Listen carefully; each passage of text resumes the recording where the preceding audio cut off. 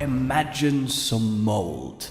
And then imagine that that mold reproduces by literally exploding to release its spores in the air.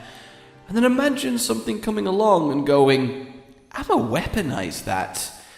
Well, introducing Brachydios.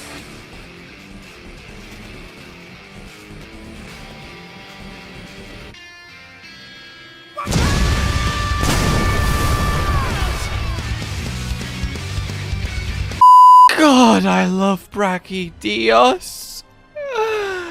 Confirmed coming to World in Iceborne. He's the best monster. He's the best one. He's my favorite monster. He is my slimy prince, and I love him. And I'm gonna tell you exactly why I love him. Now, I have done an in-depth lore down on him before, which I will link below. But for those that just want to know the punch he packs, this is for you. This is why you should be just, well, positively vibrating in your chair right now. Brachydios! So, Brachydios was the flagship of Monster Hunter 3 Ultimate, and he is, of course, a brute wyvern, and he is the strongest of them all. Armed with one of the toughest, most impenetrable shells in all of Monster Hunter. Armed with one of the most effective defense mechanisms whereby you touch him, you explode and die. Armed with the most impressive arms whereby he touches you, you explode and die. He is an absolute powerhouse. A agile boxer that loves a good scrap and has a keen eye and mind for battle. He is purely skilled, he is intelligent, and he will royally fuck up your day. And then doth battle commence.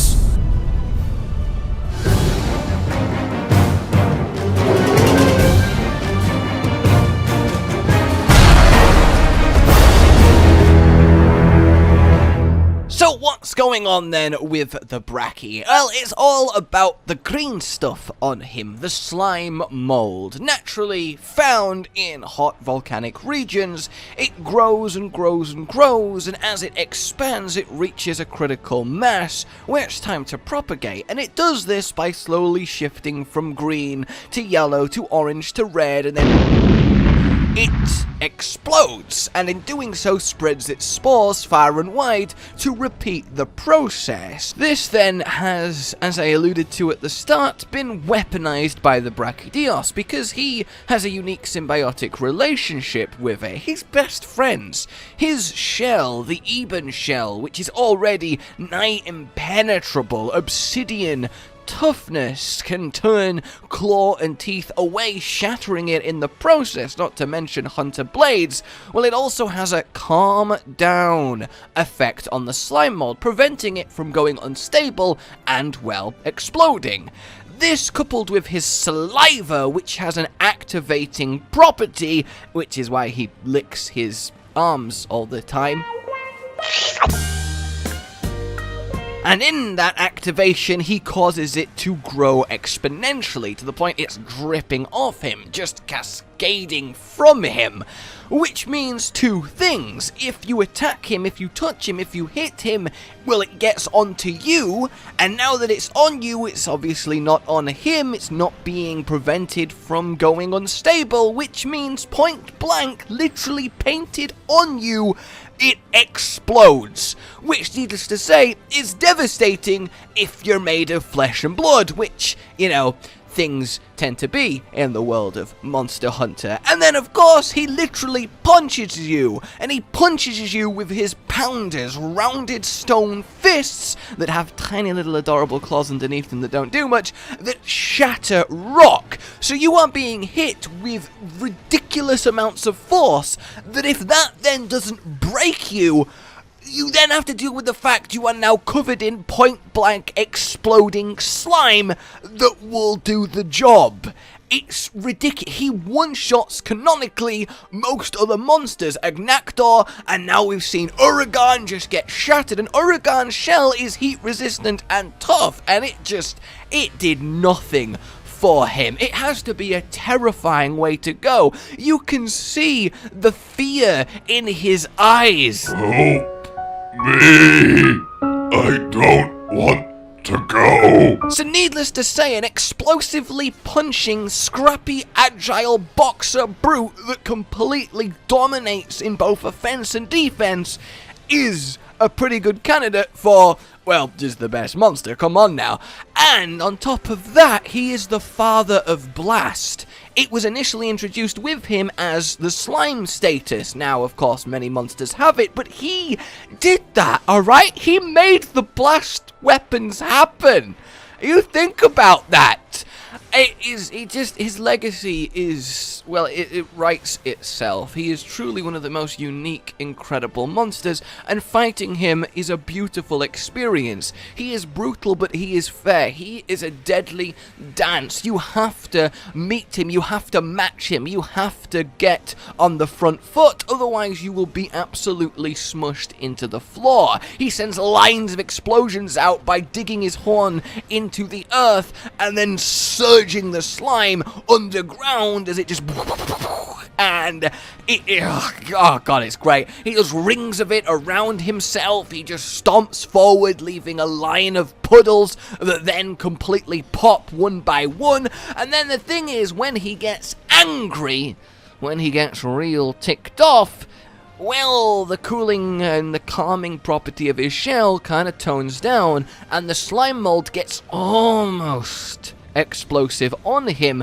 to the point where just a little nudge will set it off, meaning that when he hits you, or, well, anything, instead of leaving a puddle of the stuff, it just already instantly explodes. Literally explosive punches from an angry Brachydios, and that, well, needless to say, that absolutely hurts. Oh, I wouldn't go anywhere near him if I were you. He seems to have come down with a terrible case of explosions. What? He is and his weapons, his greatsword, I love it. And the thing is, obviously, Raw is king with greatsword, but I don't care. I'm going to be making this thing. Oh, please don't let them butcher the weapon designs. They're so good with old Brachy. They really are. His armor, I'll admit, I've not been the hugest fan of, but objectively, I can see why a lot of people do love it, and it really does have a very distinct look.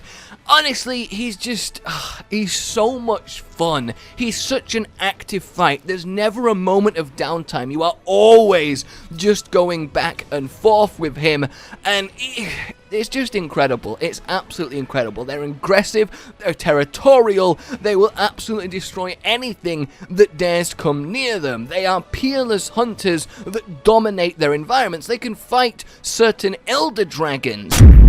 Not me, though! But obviously not you, Teostra. You're literally you're the Blast Elder. Obviously not you.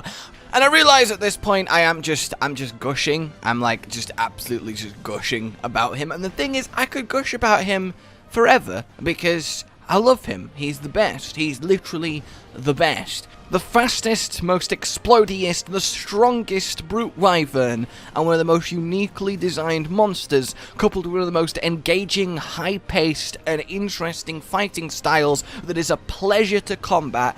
I mean, what more could you ask for? Oh, I know! Fascinating lore and lovely ecology! We have that with the slime mold interactions. I can't wait to see how he works out in World. I can't wait to see his turf wars, because every time we've seen him do anything, he absolutely annihilates other monsters. And he's going to be on the Recess, which doesn't actually have any other apexes, well, any other flagships, I should say, which means there's no one that he should draw for fairness, so presumably he's just going to mess up everyone's day. I really hope we do get to see him up against an Elder Dragon just to see how close it is, and I can't wait to see how he actually just walks around and interacts with the environment. You know how long I've waited to just observe and love my Brack Daddy? What did you say? I stand by it! And what is curious to me, though, is slime mold isn't something we've seen in the recess. Like, it's simply not there, and it needs to be there for Brachy. Now, don't get me wrong, in the old games, it was just random, naturally growing puddles. You just gotta kind of accept that he gets them. So that's a fair enough excuse, but World is too detailed for that. It pays attention. The amount of work and effort they put into making their monsters work on at least some believable level. So I have to imagine that we might see an explanation or a reason, or actually start seeing for the first time natural slime mold that isn't on the Brachy, and that's really cool. It could be a new environmental trap in the recess. Even if Brachy isn't on the map, there might be puddles around the place that you can lure the monsters in to get themselves coated for a free little bit of extra damage. You can actually start to really play with Iceborne and all what's happening with all the bioenergy that's got released from Zora. Maybe it's actually influencing the new world and causing things to develop that aren't there.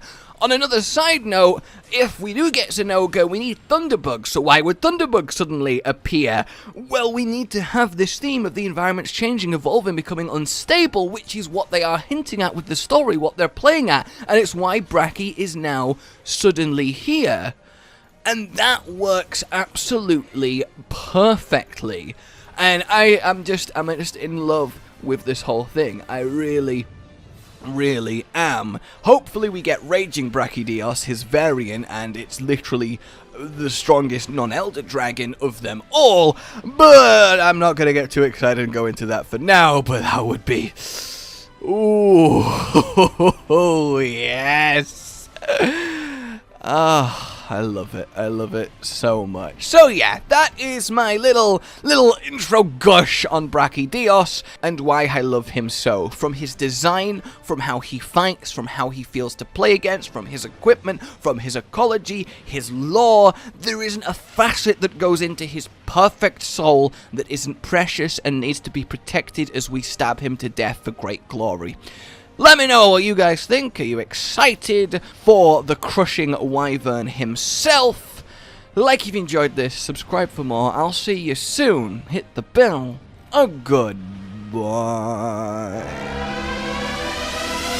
Rage Gaming with the video float. But that's all that's really relevant at the mo, but I'm still gonna leave this up so you patrons know that I love you even though the outro's no longer that kind of relevant. But the new one's being worked on and it's gonna be a truly badass song, and don't worry, I won't be doing any rapping on it. I'm gonna go now. This was shit.